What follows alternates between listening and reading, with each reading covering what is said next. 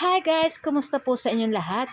So for today's video ay samahan niyo po ako magluto nitong ating ulam for today's video. Walang iba kundi itong ating pork nilaga or nilagang baboy. And syempre meron din po tayong pritong tilapia para syempre guys pag may sinabawan masarap po pag may prito. Ayan. So guys, tara na at samahan niyo po ako magluto and enjoy watching na rin po. So guys, kung bago pa lang po kayo sa aming page, huwag niyo po sanang kalimutan mag-like at mag-follow para palagi po kayong updated sa aming mga bagong video na i-upload.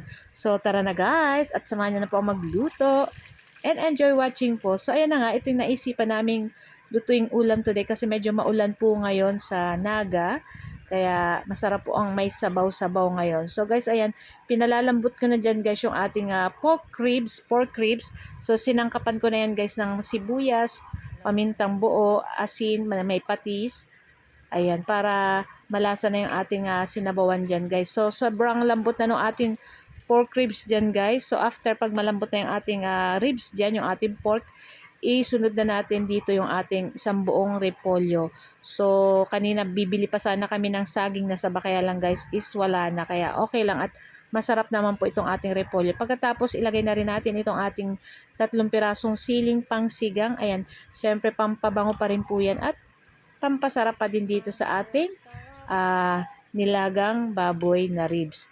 So, syempre after nyan guys, takpan lang natin, lutuin lang natin ng bahagya yung ating repolyo dyan guys. For the meantime, ayan, magprito na tayo ng ating tilapia. So, nilagyan lang namin yan guys ng asin. Ayan, medyo matalamsik yung ating mantika dito. Ayan. So, kayo po ba guys, ano po ang inyong lunch today? Ayan, kami ito, talagang perfect po itong ating sinabawang baboy dito sa ating pritong tilapia. So, ayan na nga, at babalik rin na natin yung ating tilapia dito guys. At pagkatapos yan, syempre, side to side lang natin lulutuin yan. At pagkaluto niyan guys, syempre aahunin na po natin iyan. At syempre nagre-ready na rin po kami ng aming mga plato at para kami ay diretso kain na maya-maya. So ayan na yung aking dog, ayan. Gutom na rin yan guys, kaya nag-wait na rin siya ng kanyang food, ayan. So after niyan guys, so ayan na at luto na yung ating tilapia. So ilagay na natin yan sa ating plate at ayan na nga. Ayusin lang natin yung pagkakalagay nito. And then, syempre, maglipat na tayo.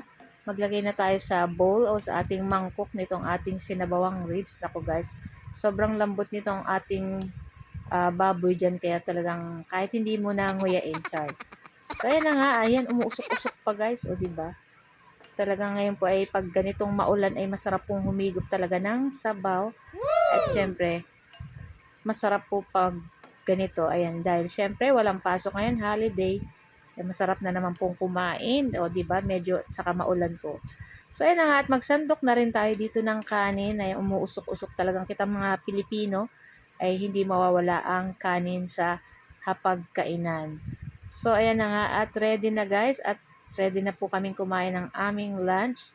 So guys, ito lang po ang aming video today at sana po ay nag-enjoy kayo. Huwag niyo po sanang kalimutan mag-like, comment at pa-share po ng ating video.